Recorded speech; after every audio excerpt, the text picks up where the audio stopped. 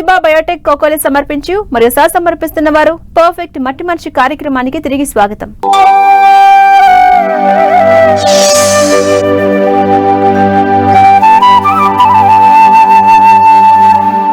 ఖరీఫ్ వరి తర్వాత మాగాణుల్లోని తేమను ఉపయోగించుకుని మన రైతులు మినుము పెసర పంటలను సాగు చేయటం ఆనవాయితీ. మార్కెట్ రేట్లను దృష్టిలో పెట్టుకుని చాలా మంది రైతులు ఈ ఏడాది మినుము సాగుకు ప్రాధాన్యమిచ్చారు. ప్రస్తుతం పైరు 30 నుంచి 45 రోజుల వయసులో ఉంది. ఈ దశలో వివిధ రకాల చీడపీడలు పంటను ఆశించి నష్టపరుస్తాయి. వీటి నివారణకు చేపట్టాల్సిన సస్యరక్షణ చర్యలు ఇప్పుడు చూద్దాం.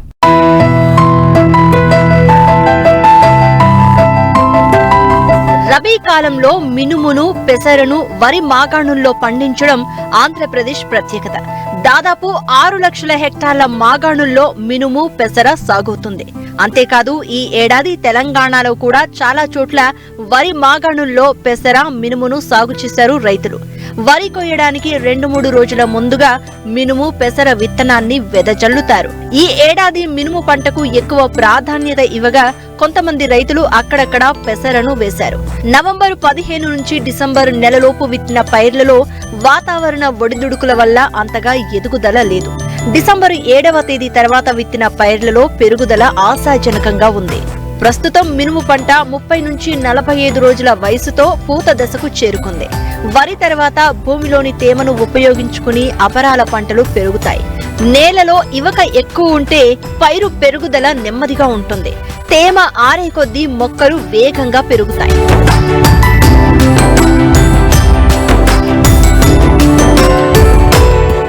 ప్రస్తుతం పంటలో పురుగుల బెడద పెద్దగా లేకపోయినప్పటికీ అక్కడక్కడ బూడిద తెగులు, వైరస్ వల్ల సోకే పల్లాకు, సీతాఫలం తెగులు, ఆకుమచ్చ, తుప్పు తెగులు ఇలా అన్ని రకాల తెగుళ్లు పంటల్లో కనిపిస్తున్నాయి.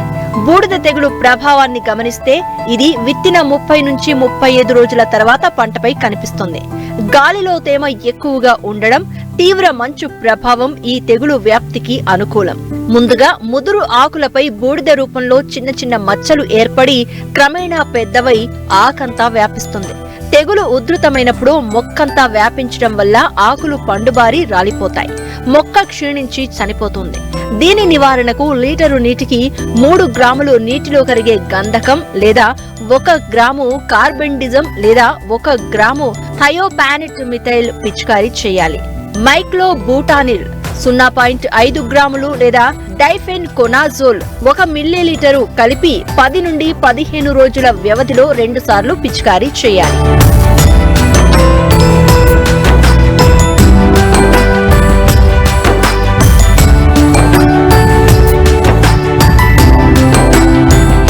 అక్కడక్కడ కనిపిస్తున్న మరో తెగులు తుప్పు తెగులు. ఆకు ఉపరితలం పైన లేత పసుపు వర్ణంలో గుండ్రని మచ్చలు ఏర్పడి క్రమేపీ నల్లగా మారుతాయి. ఇవి ఆకంతా వ్యాపించటం వల్ల ఆకులు ఎండి రాలిపోతాయి. ఈ తెగులు నివారణకు లీటరు నీటికి 3 గ్రాముల మ్యాంకోజెబ్ మరియు 1 మిల్లీలీటరు డైనోకాఫ్ లేదా 1 మిల్లీలీటరు ట్రైడిమార్ఫ్ లేక 1 గ్రాము బైలాటాన్ కలిపి పిచికారీ చేయాలి.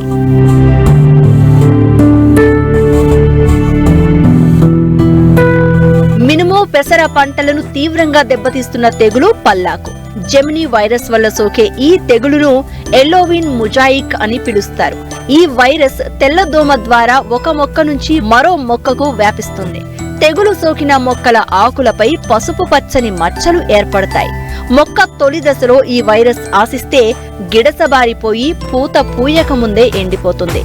వైరస్ కు నివారణ లేదు కనుక తెగులు సోకిన మొక్కలను పీకి తగలబెట్టాలి. వైరస్ ను వ్యాప్తి చేసే తెల్లదోమ నివారణకు ఎసిఫేట్ 1 గ్రాము లేదా డైమిథోయేట్ 2 మిల్లీలీటర్లు లేదా ఎసిటామిప్రిడ్ 0.2 గ్రాములు లేదా ట్రైజోఫాస్ 1.25 మిల్లీలీటర్లు లీటరు నీటికి చొప్పున కలిపి వారం 10 రోజుల వ్యవధిలో 2 సార్లు పిచికారీ చేయాలి.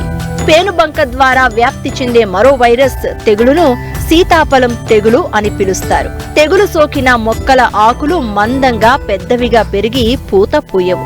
తెల్లదోమకు పిచికారీ చేసిన మందులతోనే దీన్ని కూడా అరికట్టవచ్చు. పైరు విత్తేటప్పుడు కిలో విత్తనానికి 5 మిల్లీలీటర్ల ఇమిడాక్లోప్రిడ్ లేదా థయోమిథాక్సమ్ 5 గ్రాములు కలిపి విత్తన శుద్ధి చేస్తే పైరు తొలి దశలో తెల్లదోమ ఆశించకుండా ఉంటుంది. తద్వారా వైరస్ వ్యాప్తిని అరికట్టవచ్చు. సాధారణంగా వరి మాగాణుల్లో సాగు చేసే పెసర, మినుము పైర్లలో 35 నుంచి 40 రోజుల దశలో ఆకుమచ్చ తెగుళ్లు, 35 నుంచి 50 రోజుల దశలో బూడిద తెగులు, 60 నుంచి 65 రోజుల దశలో ఆశించే బూడిద తెగుళ్లు ముఖ్యమైనవి. తెగులు సోకిన తర్వాత మందులు పిచికారీ చేసే కంటే ముందు జాగ్రత్తగా మందులు పిచికారీ చేస్తే మంచి ఫలితం ఉంటుంది.